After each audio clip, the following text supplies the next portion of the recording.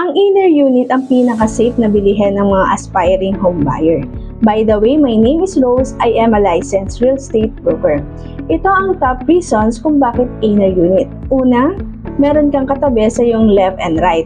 Meron kasi tayong mga buyer, lalo na kung magkakamag-anak, gusto ay magkakatabi ang bahay nila. Pangalawa, mas marami kang pagpipilian sa inner unit. Kung sa ratio and proportion, ito ay 16:20.